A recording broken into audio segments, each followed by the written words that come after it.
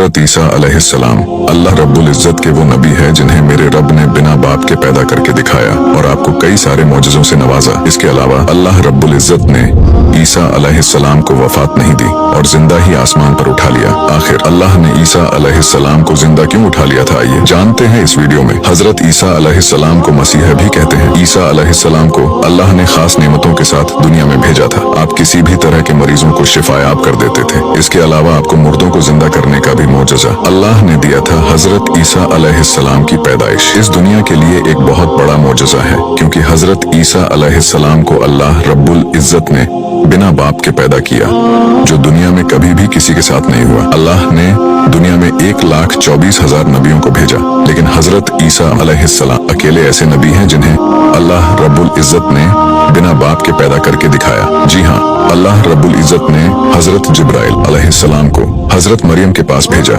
हजरत मरियम पहले जिब्राइल अलैहिस्सलाम को देखकर काफी डर गई और फरमाया कि मैं तुझसे अल्लाह की पनाह मांगती हूँ, अगर तू इससे डरने वाला है। तो जिब्राइल अलैहिस्सलाम ने फरमाया कि मैं अल्लाह रब्बुल इज्जत की तरफ से भेजा गया एक कासिद हूँ और तुझे एक पाकीज़ा बेटा देने आया हूँ। ये सुनकर हजरत मरियम अलैहिस्सलाम फरमाने लगी कि ये कैसे हो सकता है, क्योंकि मैं एक पाक दामन औरत हूँ और मुझे आज तक किसी मर्द ने हाथ भी नहीं लगाया है। तो हजरत जिब्राइल अलैहिस्सलाम ने जवाब दिया कि आपकी बात बिल्कुल सही है, लेकिन अल्लाह ने फरमाया कि ऐसा करना हमारे लिए बिल्कुल भी मुश्किल नहीं है और हम इस बच्चे को आने वालों के लिए एक मोजज़ा बनाने वाले हैं। इसके बाद हजरत जिब्राइल अलैहिस्सलाम ने एक फूंक मारी और हजरत मरियम अलैहिस्सलाम हमल से हो गई। हजरत मरियम अलैहिस्सलाम बहुत ही पाक दामन और इबादत गुजार थी। उन्होंने अपने और लोगों के दरमियान एक आड़ बना ली थी और उन्हें रिस्क भी अल्लाह की तरफ से मिलता था। चुनांचा वक्त बीतते बीतते जब हजरत ईसा अलैहिस्सलाम की विलादत का वक्त नजदीक आया तो हजरत मरियम अलैहिस्सलाम लोगों से दूर बैतुल्लाह में चली गई। हजरत ईसा अलैहिस्सलाम की विलादत से पहले हजरत मरियम अलैहिस्सलाम काफी परेशान हुई। उन्हें ये परेशानी हो रही थी कि उनके हाथ में इस बच्चे को देखकर लोग